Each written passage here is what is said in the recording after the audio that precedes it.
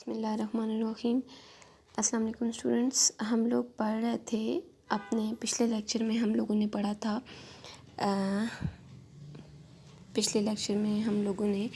خدا سرسبز رکھے اس چمن کو مہرباں ہو کر پڑھا تھا، اور اس نظم میں ہم نے جو ہے وہ تھوڑا سا اکبر الہ آبادی کا تعارف لیا، اور پھر اس کے بعد ہم نے اس کے پہلے 3 اشعار کی تشریح کی۔ تو آج ہم اسی نظم کو آگے کنٹینیو رکھتے ہیں۔ آج ہم نے اس کا چوتھا شعر اس کی تشریح کرنی ہے۔ تو شعر دیکھیں کہ شاعر کہتا ہے: بلائیں شاخ گل کی لیں نسیم صبح گاہی نے، ہوئیں کلیاں شگفتہ رنگین روئے بتاں ہو کر۔ اب یہاں پہ ہوتا ہے بلائیں لینا،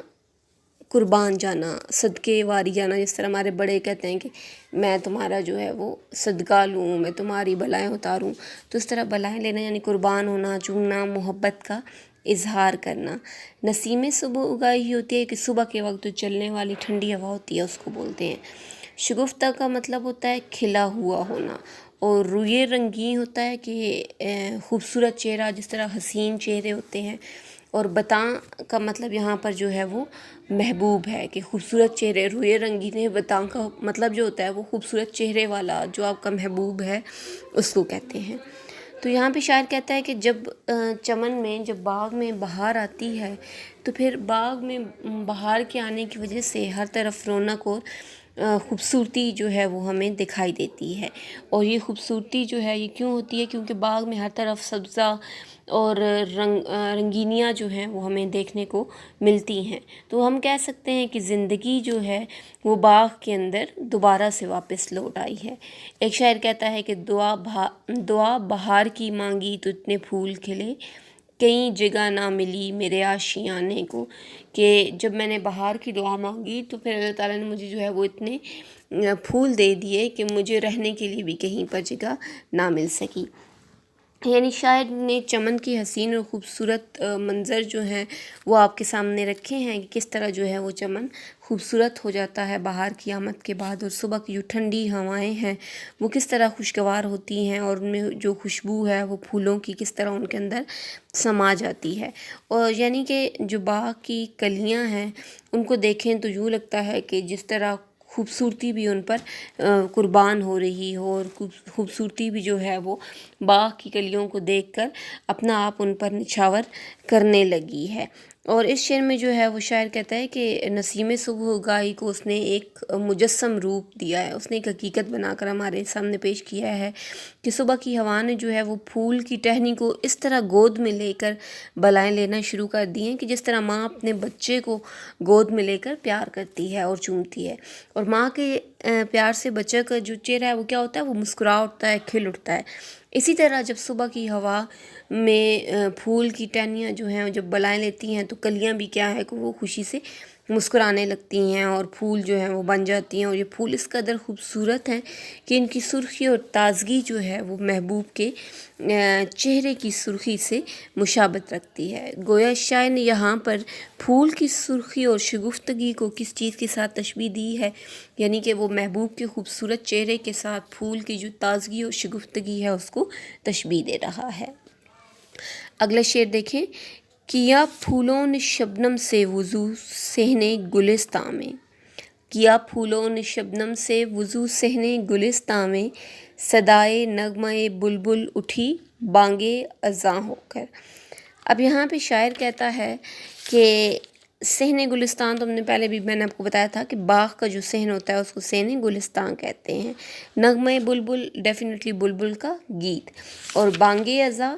جو اذان کی آواز ہوتی ہے۔ یہاں پہ اب شاعر یہ کہنا چاہتا ہے، اکبر الہ آبادی جو ہے وہ گلشن میں صبح کے منظر کی انہوں نے عکاسی کی ہے، اور انہوں نے گلشن میں موجود ہر چیز کو عبادت میں جو ہے وہ مصروف اور مشغول دکھایا ہے۔ اور اللہ تعالیٰ کا بھی ارشاد ہے کہ ہر شے جو ہے وہ حمد الہی کے ساتھ تسبیح خواں ہے مگر تم اس کی تسبیح کو سمجھتے نہیں۔ کیا کہتا ہے اللہ تعالیٰ؟ کہ ہر شے جو ہے وہ حمد الہی کے ساتھ تسبیح خواں ہے مگر تم اس کی تسبیح کو سمجھتے نہیں۔ یہ تو اس تشریح طلب شعر میں جو ہے وہ شاعر کہتا ہے کہ پھول بھی جو ہے وہ اللہ تعالیٰ کی عبادت میں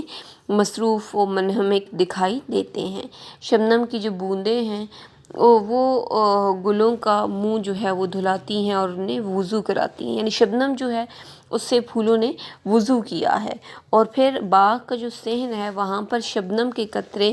رات بھر پھولوں پر پڑے رہتے ہیں، یعنی کہ شبنم کے پھولوں کی پتیوں پر شبنم کا جو پانی ہے وہ جب پھولوں کی پتیوں پر پڑنا ہے تو یہاں پر شاید کہتا ہے کہ وہ بھی بے وجہ نہیں ہے، بلکہ وہ اس لیے ہے تاکہ پھول جو ہے وہ اللہ تعالیٰ کی عبادت کرنے سے پہلے اس شبنم کے پانی سے وضو کر لیں۔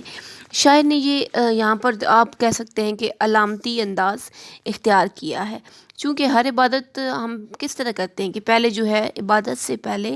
وضو کرنا، پاک صاف ہونا جو ہے وہ لازمی شرط ہے، لہٰذا پھول بھی جو ہے وہ عبادت کے لیے تیار ہو رہے ہیں اور عبادت کا پہلا مرحلہ جو ہے وہ وضو ہوتا ہے۔ اس لیے شاعر نے بھی یہاں اس مفہوم کو اسی طرح بیان کیا ہے کہ پھول جو ہے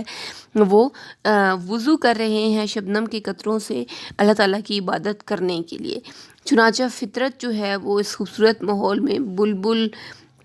بلبل بھی جو ہے وہ نغمے الاپ رہی ہے، اور شاعر نے وہ بلبل کا جو گانا ہے اس کو کس چیز کے ساتھ تشبیہ دی ہے؟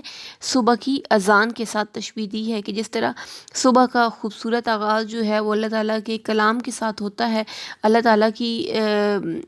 پکار کے ساتھ شروع ہوتا ہے، اسی طرح بلبل بھی جو ہے وہ صحن گلستان میں اذان دے کر صبح کا آغاز کرتی ہے، اور پھول جو ہے پھر وہ اللہ تعالیٰ کی عبادت کے لیے اپنے آپ کو ریڈی کر لیتے ہیں۔ اور شاعر جو ہے وہ نہایت خوبصورت پیرائے میں بلبلوں کی خوبصورت اور جو مدر تان ہے اس کو اذان کی روح کے ساتھ اس کو تشبیہ دیتا ہے، اور بلبل جو ہے وہ